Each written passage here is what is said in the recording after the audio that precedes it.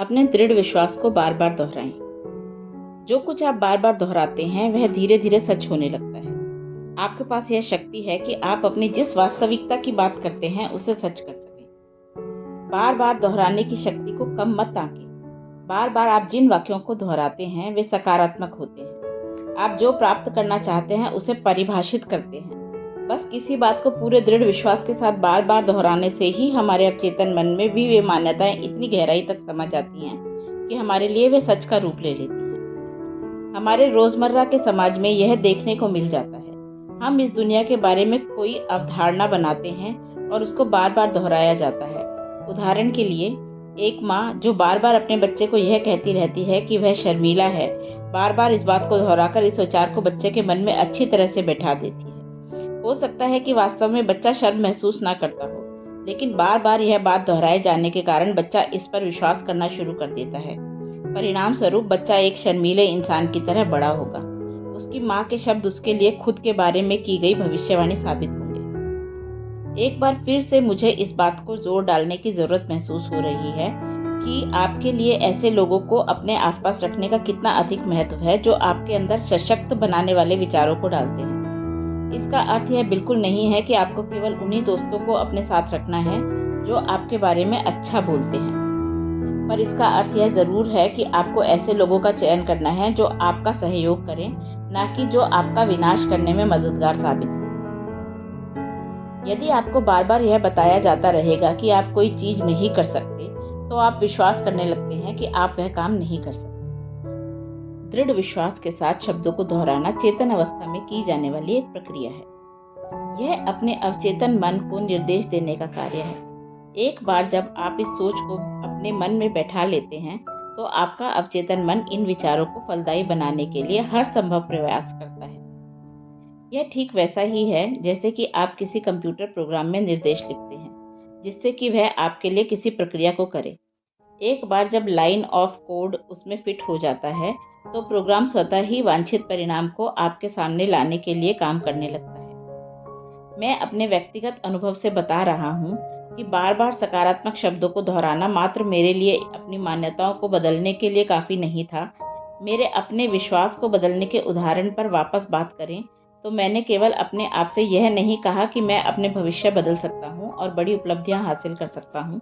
मेरे लिए अपनी पुरानी मान्यताओं को चुनौती देने के लिए तर्कों की कसौटी पर खरे उतरने वाले साक्ष्यों को भी खोजना था।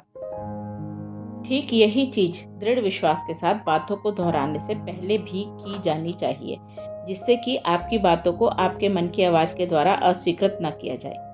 दृढ़ विश्वास के साथ बातों को कहने के लिए यह और भी अधिक प्रभावशाली तरीका है।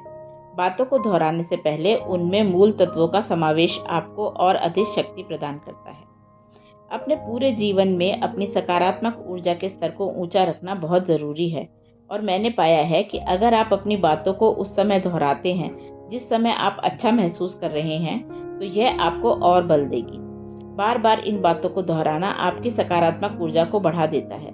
फिर चाहे आपका मूड जो भी हो, किसी भी बात को जोर से दोहराने का अर्थ है कि आपको उसमें विश्वास है, जो आपकी स्थिति को पूरी तरह से बदल सकता है।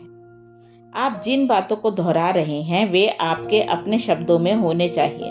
उन्हें अपनी आवाज में कहें, जैसे कि आप अपने किसी दोस्त को कोई बात बता रहे हों। केवल सकारात्मक बातों को दोहराएं। ऐसी कोई बात ना दोहराएं जिसे आप नहीं चाहते हैं। हम जिसका विरोध करते हैं वह अक्सर कायम रहता है, क्योंकि जो ऊर्जा हम इससे बचने में लगाते हैं वह वापस लौटकर हमारे पास आती है। इसीलिए उदाहरण के लिए आप कह सकते हैं, मैं जो कुछ भी करता हूँ उसमें मेरा पूरा विश्वास है, बजाय यह कहने की कि मैं बिल्कुल भी घबराया हुआ नहीं हूँ। आप जिन बातों को पूरे विश्वास के साथ दोहराते हैं वे हमेशा वर्तमान काल में कही जानी चाहिए। जब आप ऐसे व्यवहार करते हैं जैसे आपका लक्ष्य आपका सत्य बन चुका है, तो आपका अवचेतन मन उसे सच मान लेता है और उसी के अनुसार कार्य करता है। आप अपनी बातों को दोहराने में कितना समय लगाते हैं, यह पूरी तरह से आप पर निर्भर करता है। इसके लिए एक दिन में 2 से लेकर 5 मिनट का समय सही रहेगा। हालांकि यहाँ पर अवधि से अधिक महत्वपूर्ण इसमें आपकी भावनात्मकता का निवेश होता है। अतः इन बातों को इतने दृढ़ विश्वास के साथ दोहराएं जैसे आप मान चुके हैं कि वे आपके लिए सत्य हैं। शब्दों की शक्ति। शब्द दिल दुखा सकते हैं, मददगार हो सकते हैं या उपचार कर सकते हैं। आप जो कुछ भी लिखते या कहते हैं उनमें शक्ति निहित होती है। आपका संदेश बहुत महत्वपूर्ण होता है। उन्हें चुनते समय समझदारी बरतें।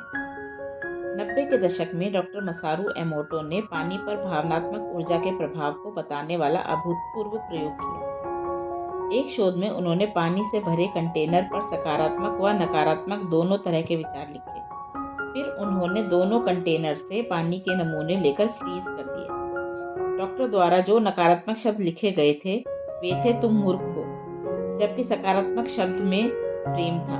डॉक्टर एमोटो की सोच यह थी कि अगर हमारे शब्दों में ऊर्जा होती है और पानी ऊर्जा को अपने अंदर समाहित करता है तो निश्चित रूप से ये शब्द किसी न किसी तरह से पानी पर अपना प्रभाव डालेंगे। और उनकी सोच पूरी तरह से सही थी। वह पानी जिस पर सकारात्मक शब्द लिखे थे वह बहुत ही सुंदर व पारदर्शी बर्फ में तब्दील हो गया, जिसमें प्रेम व आभार शब्द सबसे अधिक खूबसूरत लग रहे थे। इसके विपरीत जिस पानी में नकारात्मक शब्द लिखे थे वे बहुत ही नीरस ढंग से विकृत आकार के बने। उन्हें यही समान परिणाम पानी के विभिन्न कंटेनरों पर मौखिक तौर पर कहे गए शब्दों के साथ भी प्राप्त हुए। उनके प्रयोग से यह साफ था कि हमारे शब्दों में ऊर्जा होती है। जैसा कि मैंने इस पुस्तक के भाग 2 में कहा था, हमारा शरीर प्रमुख तौर पर पानी से बना होता है। अतः अब आप स्वयं ही कल्पना कर लीजिए कि हमारे शब्द हम पर कितना प्रभाव डालते हैं।